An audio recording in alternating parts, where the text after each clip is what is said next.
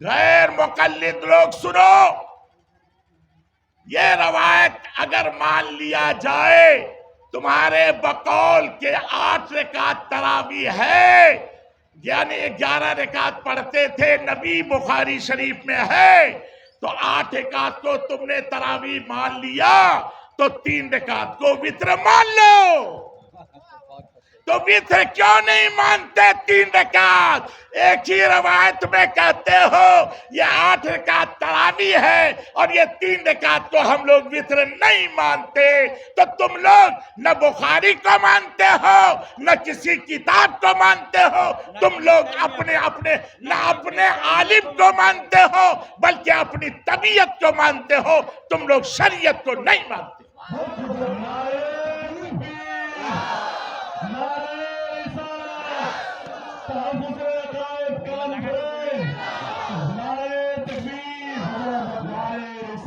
ایک بات اور بھی اگر مان لیا جائے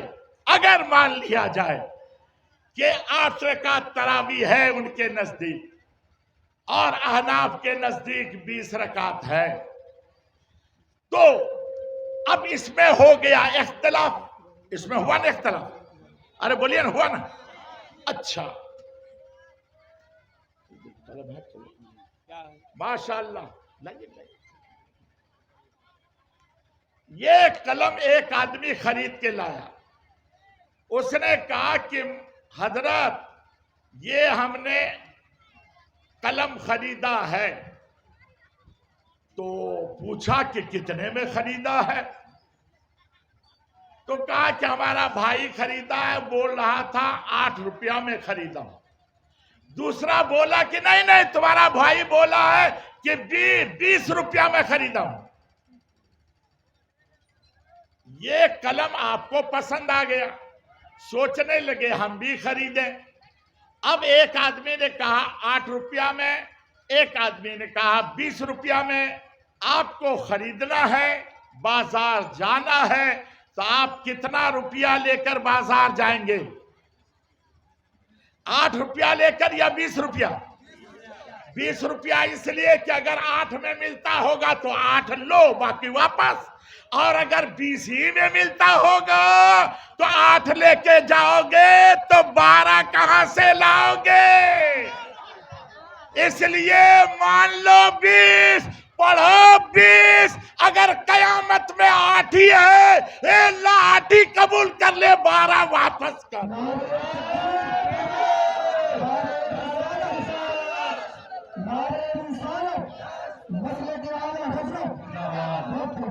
بات سمجھ میں آ رہی ہے آپ کی؟ تو 8 پڑھیے گا کہ 20؟ 8 پڑھیے گا کہ 20؟ انشاءاللہ ہم لوگ پڑھتے رہیں گے اور انشاءاللہ اسی کی لوگوں کو پیغام پہنچاتے رہیں گے انشاءاللہ تعالی۔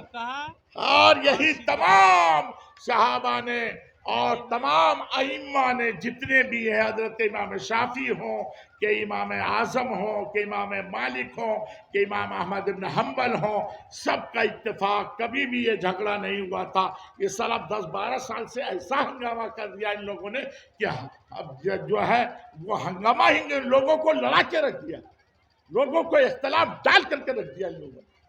لا حول ولا قوت الا باللہ۔ بہرحال یہ میں نے یہ کر لیا۔ ہاں اب جو ہے ہم آپ سے کیا چیز، ہاں ماشاءاللہ ماشاءاللہ، رفع یدین جائز ہے یا جائز نہیں ہے؟ رفع یدین یعنی بار بار ہاتھ اٹھانا، یعنی تکبیر تحریمہ کے وقت، پھر رکوع میں جاتے وقت، رکوع کے بعد، یہ رفع یدین ہے۔ تو کیا یہ ابھی بھی جائز ہے یا کیا ہے؟ میں آپ کو احادیث سے ثابت کروں گا اور دلیل نوٹ کیجئے، ویسے تو نوٹ ہو ہی رہا ہے صفحہ نمبر وغیرہ کے ساتھ، لہذا آپ سنیے۔ اور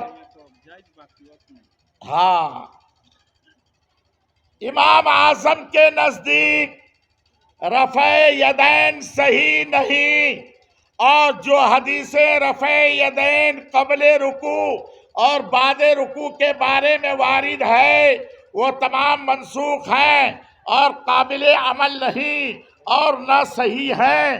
چنانچہ مفقود الجواہر المنقیہ اور فتح القدیر میں مذکور ہے کہ امام صاحب اور امام اوزاعی کا مناظرہ اس بات پر مکہ معظمہ کے بیچ ہوا تو امام صاحب غالب آئے اور امام اوزاعی لاجواب ہو گئے، اور امام طحاوی نے سند صحیح کے ساتھ حدیث بیان کی ہے کہ ابن عمر رفع یدین نہیں کیا کرتے تھے مگر اول تکبیر میں، اور حالانکہ یہ وہی ابن عمر ہے جو حضور صلی اللہ علیہ وسلم کے ساتھ رفع یدین کیا کرتے تھے، پھر ترک کر دیا۔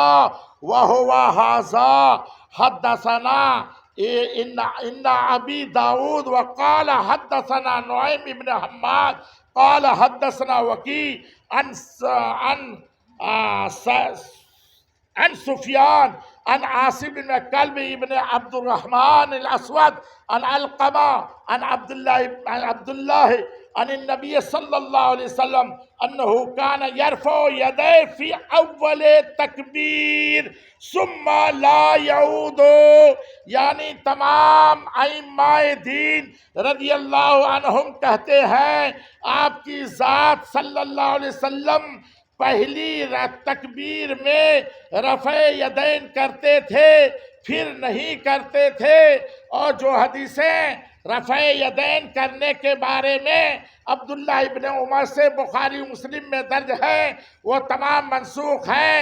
چنانچہ عینی شرح بخاری میں لکھا ہے انہو کانا بدع الاسلام لم نسخ، اور اس کے نسخ پر دلیل یہ ہے کہ عبداللہ ابن زبیر نے ایک شخص کو رفع یدین کو رکوع اور قوما میں کرتے دیکھا اور فرمایا ایسا مت کرو کیونکہ حضور صلی اللہ علیہ وسلم نے یہ کام کیا پھر ترک کر دیا۔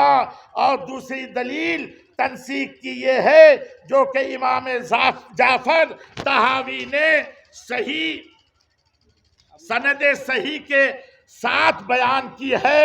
وَهُوَ هَذَا حدثنا ابو داود قال حدثنا احمد بن عبداللہ ابن یونس قال اخبرنا ابو بکر عباس ابن حسین ابن مجاہد قال صلیت خلف ابن عمر فلم یکن یرفع یدیہ الا فی تکبیرۃ الاولی الاخر، یعنی کہا حسن و حسین ابن مجاہد نے کہ نماز پڑھی میں نے ابن عمر کے پیچھے، وہ بدو بغیر پہلی تکبیر رفع یدین یعنی بدو ہے نا، وہ بدو یعنی بغیر پہلی تکبیر رفع یدین نہیں کرتے تھے۔ اور ابو شیبہ جو کہ امام بخاری و مسلم کے استاد ہیں اپنے مصنفہ میں بائیں طور لکھا ہے کہ عن عبداللہ ابن مسعود قال صلیت خلف النبی صلی اللہ علیہ وسلم و ابی بکر و عمر فلم یکن یرفع یدیہ الا عند افتتاح الصلاۃ، یعنی ابن مسعود رضی اللہ تعالیٰ نے کہا نماز پڑھی میں نے حضور صلی اللہ علیہ وسلم کے پیچھے اور ابو بکر عمر کے پیچھے بھی، تو وہ رفع یدین نہیں کیا کرتے تھے مگر پہلی تکبیر میں۔ اور اگر کسی کو زیادہ تحقیق کرنی ہو تو شرح سفر السعادت وہ فتح المبین اور فتاوی صابریہ جلد سوم کا مطالعہ کریں۔ میں نے یہاں آپ کو 4 ترک رفع یدین کے سلسلے میں حدیث سنا دی اور یہ ریکارڈ ہو رہا ہے، بار بار سننا۔ اور بھی ہے بہت سے احادیث ہیں، ابو داؤد شریف کی بھی ہے، ابو داؤد شریف کی بھی ہے، یہ دیکھیے ابو داؤد شریف کی بھی حدیث رفع یدین منسوخ، رفع یدین منسوخ ہو گیا۔ یہ دیکھیے رافع ابن تمیم طائی رضی اللہ تعالیٰ عنہ سے روایت ہے، حضرت جابر بن سمرہ رضی اللہ تعالیٰ عنہ نے فرمایا رسول اللہ صلی اللہ علیہ وسلم ہمارے پاس تشریف لائے اور لوگ اپنے ہاتھ اٹھائے ہوئے تھے۔ راوی کا بیان ہے کہ زہیر نے فرمایا میرے خیال میں نماز کے اندر حضور صلی اللہ علیہ وسلم نے فرمایا کہ یہ میں کیا دیکھ رہا ہوں کہ اپنے ہاتھ ایسے اٹھائے ہوئے ہو جیسے شریر گھوڑوں کی تمہیں نماز میں سکون اختیار کیا کرو۔ ابو داؤد جلد اول، اللہ اکبر، میرے کتاب الصلاۃ حدیث نمبر 987۔ ماشاءاللہ، یہ آپ حدیث اور بھی ہے، حدیث نمبر 178 میں بھی حضرت علقمہ رضی اللہ تعالیٰ عنہ سے روایت ہے، حضرت عبداللہ ابن مسعود نے فرمایا کیا تمہیں رسول اللہ صلی اللہ علیہ وسلم کی نماز پڑھ کر نہ دکھاؤں؟ پھر آپ نے نماز پڑھی اور صرف تکبیر اولیٰ میں ہاتھ اٹھائے۔ اس باب میں حضرت براء ابن عازب رضی اللہ تعالیٰ عنہ سے بھی روایت ہے۔ امام ترمذی فرماتے ہیں حضرت ابن مسعود کی حدیث حسن ہے، کئی صحابہ کرام و تابعین اسی کے قائل ہے۔ سفیان ثوری اہل کوفہ، امام اعظم اور آپ کے متبعین کا بھی یہی مسلک ہے۔ ترمذی شریف کتاب الصلاۃ۔ اللہ، اور یہاں صاف صاف دے دیا ابتدائی اسلام میں تکبیر اولیٰ کے علاوہ بھی ہاتھ اٹھائے جاتے تھے، لیکن بعد میں نبی کریم صلی اللہ تعالی وسلم نے منع فرمایا اور فرمایا کیا وجہ ہے کہ میں تمہیں رفع یدین کرتے ہوئے دیکھتا ہوں، گویا کہ وہ شکل گھوڑوں کی دم ہے، نماز میں آرام کیا کرو۔ اللہ اکبر۔ اب لہذا رفع یدین نماز کے دوران بار بار اپنے ہاتھوں کو اٹھانا ابتدا اسلام میں تھا، بعد میں منسوخ ہو گیا۔ یہی امام اعظم ابو حنیفہ رضی اللہ تعالیٰ عنہ اور احناف کا موقف ہے، جس کی دلیل مذکور احادیث سے ثابت ہو گئی۔ اللہ، اب ایک چیز یہ لوگ اور بھی کہتے ہیں بہت زیادہ، 120 صفحہ بخاری جلد اول صفحہ نمبر 120 میں حضرت عمر نے بخاری شریف جلد اول صفحہ نمبر 120 حضرت عائشہ صدیقہ رضی اللہ تعالی عنہا کی روایت ہے، اور یہ بہت مشہور ہے اور تعجب ہے بخاری شریف میں موجود رہتے ہوئے جب بخاری کو مانتا ہے تو یہ ایک حدیث کو مانتا ہے ایک حدیث کو نہیں مانتا، تعجب لگ رہا ہے، اپنے مطلب کی مانتا ہے اپنے مطلب کی نہیں مانتا۔ حضرت عائشہ صدیقہ رضی اللہ تعالیٰ عنہ فرماتی ہیں، دیکھ لیجئے گا بھائی بخاری شریف جلد اول صفحہ نمبر 120 حضرت عائشہ کی روایت کہ ان کے پاس کچھ عورتیں آئیں مدینہ اور کہیں کہ اے ام المومنین، بڑا افسوس ہے کہ آج ہم لوگوں کو مسجد سے جانے سے روکا جا رہا ہے۔ تو حضرت عائشہ صدیقہ رضی اللہ تعالیٰ عنہا نبی کی بیوی، ہم سب کی ماں، وہ فرماتی ہیں کہ اگر میرے محبوب کہ تمہاری ان حالتوں کو دیکھتے تو وہ بھی یقیناً منع فرما دیتے۔ کہیے نعرہ تکبیر، نعرہ رسالت۔ اچھا یاد رکھیے، جب حضرت عمر فاروق نے منع کیا تو ان کی بیوی نہیں مانتی تھی، ہے نا، ان کی بیوی نہیں مانتی تھی، تو حضرت عمر فاروق نے کہا اچھا نہیں مانتے ہو، کہا نبی نے کہا ہے، اب ہم کہا زمانہ اب وہ نہیں رہا۔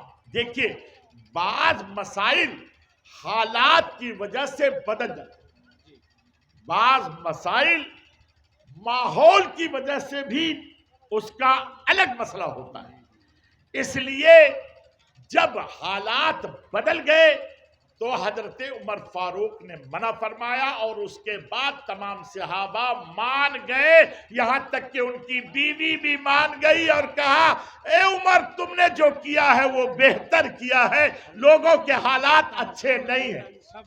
اللہ اکبر، اور اس پر اجماع ثابت ہو گیا، ان کے بعد کبھی بھی عورتیں جماعت میں مسجد میں شریک نہیں ہوتی تھیں، اور یہی دستور اب تک چلا آ رہا تھا، لیکن اچانک یہ مسئلہ پھر کھڑا کر دیا ان لوگوں نے۔ حضرت عمر فاروق نہیں سمجھے، اور حضرت عمر فاروق نے ان سے زیادہ تم پڑھے لکھے قابل ہو کیا؟ ہر صحابہ کرام سے زیادہ تمہارا علم ہے،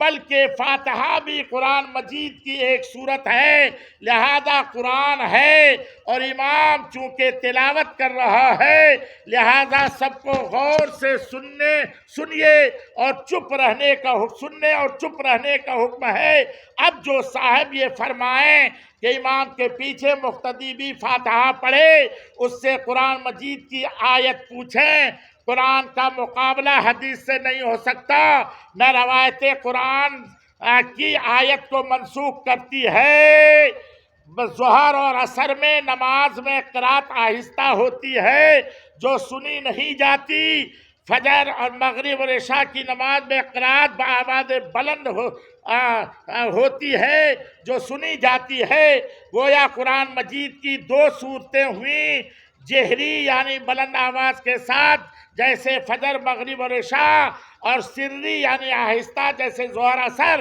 لہذا ایک ہی آیت میں دو حکم اللہ نے فرما دیا، ایک یہ ہے کہ کان لگا کر سنو، یعنی جب آواز آئے جیسے جہری نمازوں میں، دوسرا چپ رہو یعنی جب آواز نہ آئے جیسے سری نمازوں میں۔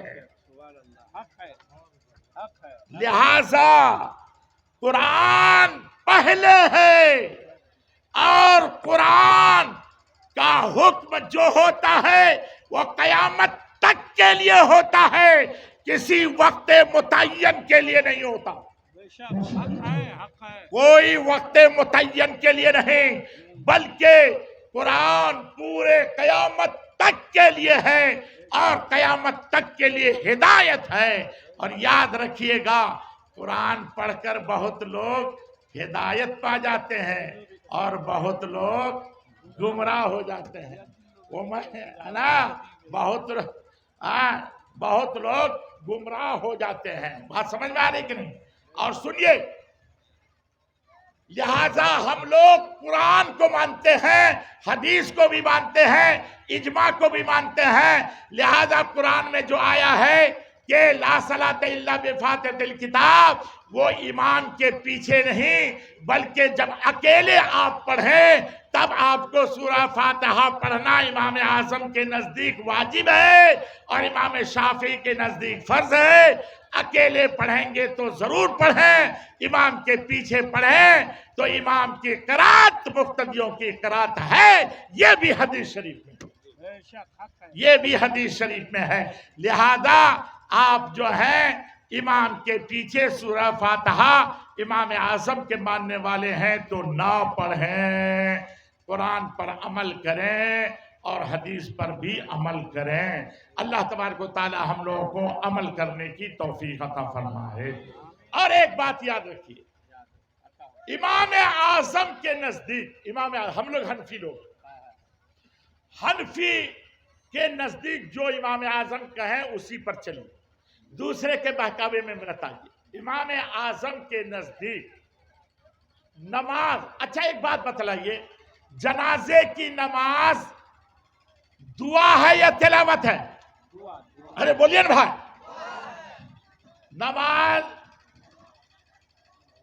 نماز جنازہ دعا ہے یا تلاوت ہے؟ دعا ہے۔ اور سورہ فاتحہ تلاوت ہے یا دعا ہے؟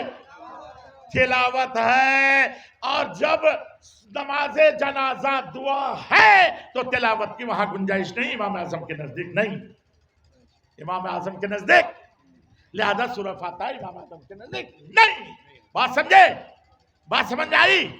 جی، تو امام اعظم کے نزدیک نماز جنازہ میں قرآن کی تلاوت نہیں ہے، اور امام شافعی کہتے ہیں پڑھے، کوئی حرج نہیں ہے، ہم لوگ جو ان کے مقلد ہیں وہ پڑھیں، جو مقلد ہی نہیں ہے وہ کیا کرے گا؟ ہم کو تو یہ تھا ہے نا، جو مقلد ہی نہیں ہے تو وہ کیا کرے گا؟ اچھا، یہ تو خلف قرات کے بارے میں، امام کے پیچھے کے بارے میں میں نے قرآن سے ثابت کر دیا، لہذا آپ حضرات ہے نا۔ اچھا، اور ایک بات یاد رکھیے، اس کی بہت بڑی میں نے یہ لکھا ہے،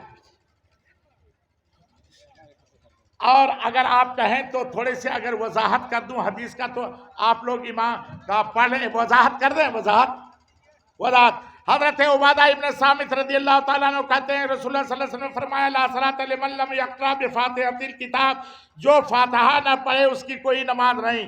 حضرت ابو ہریرہ رضی اللہ تعالیٰ کی روایت ہے کہ رسول اللہ صلی اللہ علیہ وسلم نے فرمایا من صلی صلاۃ لم یقرأ فیہا بامر القرآن فہی خداج ثلاثا غیر تام۔ یہ صحیح مسلم جلد اول میں یہ صفحہ نمبر 149 میں موجود ہے۔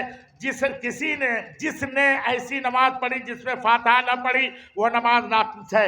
3 مرتبہ فرمایا مکمل نہیں، مکمل نہیں۔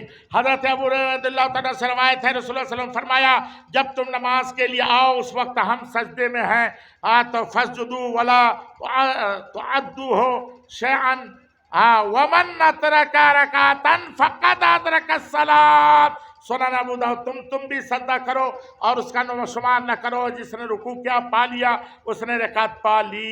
اب ایک بات، ان غیر مقلدوں سے میرا ایک اعتراض ہے، آپ لوگ پہلے یہ بولیے، ایک آدمی نماز میں اس وقت میں آیا جب کہ امام رکوع میں چلا گیا اور وہ آدمی آیا اور نیت کیا اور اس کے بعد وہ بھی رکوع پا لیا، اب یہ بتائیے کہ اس کی وہ رکعت ہوئی یا نہیں ہوئی؟ کہ نہیں ہو گئی؟ نا ہو گئی کہ نہیں ہو گئی؟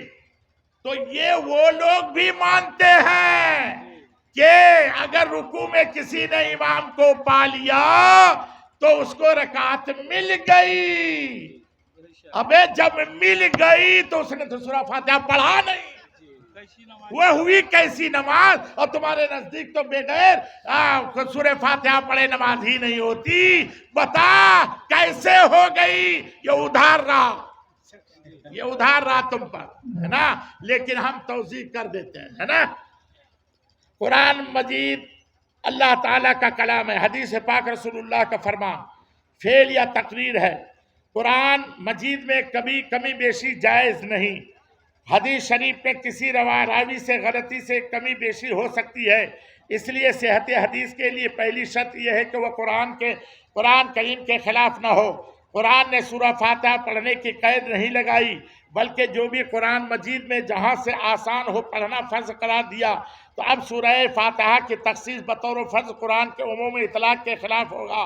ہاں مطلق قرآن پڑھنا قرآن مجید کی روح سے فرض ہے اور فاتحہ پڑھنا بحکم حدیث واجب۔ اگر سورہ فاتحہ کے علاوہ قرآن پڑھا تو فرض ادا ہو جائے گا، لیکن واجب رہ گیا، غلطی سے ایسا کیا تو سجدہ سہو کرنے سے نماز درست ہو جائے گی۔ دانستہ کیا تو دوبارہ نماز ادا کرے، واجب الاعادہ ہے۔ اچھا، فہیہ خداجن کا مفہوم یہ ہے، نماز نہ ہوئی کا مفہوم یہ ہے کہ ناقص ہوئی۔ جس نے امام کے پیچھے رکوع پا لیا اس نے پوری رکعت پا لی۔ اگر سورہ فاتحہ پڑھنا فرض ہو تو رکعت کیسے مل سکتی ہے؟ حالانکہ بالاتفاق رکوع میں ملنے والا رکعت پا لیتا ہے۔ یہ پتہ چلا کہ سورہ فاتحہ پڑھنا فرض نہیں۔ امام کے پیچھے فاتحہ یا دیگر صورتیں نہ پڑھنے کا حکم حدیث شریف میں موجود ہے۔ حدیث نمبر 1 حضرت ابو ہریرہ رضی اللہ تعالیٰ عنہ سے روایت ہے، رسول اللہ صلی اللہ علیہ وسلم ہے نا جہری قرات والی نماز سے فارغ ہوئے تو فرمایا حل قرأ معی احد منکم آنفا فقال رجل نعم یا رسول اللہ قال انی اقول ما لی انازع القرآن قال فانتهى الناس عن القرات مع رسول اللہ صلی اللہ علیہ وسلم فيما جهر فيه بالقرات عن الصلاة حين سمعوا ذلك من رسول اللہ صلی اللہ علیہ وسلم۔ مالک، احمد، ابو داؤد، ترمذی، نسائی، ابن ماجہ، بحوالہ مشکات، صفحہ نمبر 81۔ ابھی تم میں سے کسی نے میرے ساتھ قرآن پڑھا؟ نبی نے فرمایا، ایک شخص نے عرض کی ہاں یا رسول اللہ، میں آپ کے پیچھے نماز پڑھ رہا تھا تو میں نے بھی پڑھ لیا سورہ فاتحہ۔ فرمایا میں کہہ رہا تھا کہ میرے ساتھ قرآن میں جھگڑا کیوں ہو رہا ہے؟ کہا اس کے بعد جب لوگوں نے یہ بات سنی تو ظہری نمازوں کے بارے میں خود رسول اللہ صلی اللہ علیہ وسلم سے سن لی تو قرات خلف امام ترک کر دی۔ سبحان اللہ، سبحان اللہ۔ اور حدیث نمبر 2 بھی ہے، 3 بھی ہے، 4 بھی ہے، 5 بھی ہے، 6 بھی ہے، اور یہ سب یہ ساری حدیثیں موجود ہیں، لہذا میں صرف دلیل دے رہا ہوں۔ احمد بن حنبل نے بحوالہ مشکات صفحہ نمبر 81 میں ہے، ابو ہریرہ کی حدیث جو ہے وہ ابن ماجہ میں ہے صفحہ نمبر 81، اور حضرت عبادہ ابن صامت کی حدیث یہ جو ہے یہ انہوں نے جہاں یہ کی ہے ان کی وضاحت پہلے گزر گئی، وہ بھی ابن ماجہ میں ہے۔ حضرت ابو موسیٰ اشعری رضی اللہ تعالیٰ عنہ یہ فرماتے ہیں تو بحوالہ مشکات صحیح مسلم صفحہ نمبر 79 میں ہے۔ حضرت رفاع ابن رافع رضی اللہ تعالیٰ عنہ کا ارشاد نقل کرتے ہیں، یہ ابو داؤد صفحہ نمبر 132 میں ہے۔ سب میں ہے کہ حضور صلی اللہ تعالیٰ علیہ وسلم نے جب سے منع فرمایا کہ اسی وقت سے سب کے سب رک گئے اور امام کے پیچھے قرات کرنا ان لوگوں نے چھوڑ دیا۔ لہذا اگر کسی اور کو بھی مزید ضرورت ہے تو وہ اور بھی دلائل دے سکتے ہیں میرے محترم دوست، لیکن یہاں اور بھی مسائل ہیں، اسی سمجھنے والوں کے لیے اتنا ہی کافی ہے، نہ سمجھنے والوں کے لیے ایک دفتر بھی نہ کافی ہے۔ اور سنیے ایک بات یاد رکھیے گا کہ وہ لوگ اگر پڑھتا ہے، پڑھو نا بھائی تم لوگ، تم کو کون منع کرتا ہے؟ تم لوگ جو تمہارا جو عقیدہ ہے تم کرو نا، ہم لوگوں کو کیوں بہکاتے ہو؟ ہماری عوام کو کیوں بہکاتے ہو؟ تم کو جو کرنا ہے کرو، تمہارا جو مذہب ہے کرو، ہم لوگ تو تم کو ٹوکنے نہیں جاتے، روکنے نہیں جاتے، لہذا تم جو کرنا ہے کرو۔ تمہارا کل ہے جلسہ، تم لوگ کیا بولو گے؟ یہی بولو گے نہیں امام کے پیچھے فاتحہ پڑھنا چاہیے، تم لوگ وہی بولو گے آمین زور سے کہنا چاہیے، تم لوگ یہی بولو گے کیا کہ تراویح آدھی رکعت ہے، لیکن خدا کی قسم حدیث سے تم ثابت نہیں کر سکتے ہو، اسی لیے مناظرہ کے لیے تیار نہیں ہوتا۔ بڑا ہم لوگ تو سوچتے ہیں کہ مناظرہ، ایک مرتبہ یہاں 10 سال پہلے یا 12 سال معلوم نہیں کتنا دن ہو گیا، اتنا دن پہلے ایک مرتبہ مناظرے کا یہاں تاریخ طے ہوئی تھی، میں نے ہی تاریخ طے کی تھی، اور وہ مناظرہ کے دن اس سے پہلے ہی روک دیا گیا، پولیس سب کو منع کر دیا، جھگڑا ہو جائے، فساد ہو، کیوں؟ وہ جانتا ہے کہ اگر مناظرہ ہوگا تو صرف اسی پہ بات نہیں ہوگی، وہ جو کتاب کے اندر چھپائی ہوئی بات ہے، کس سے نکاح جائز ہے، للجھو نہیں، ورنہ پول کھول کے رکھ دوں گا جو تم لوگوں نے کتابوں میں لکھا ہے کہ دادی کے ساتھ، ہے نا، یاد رکھو۔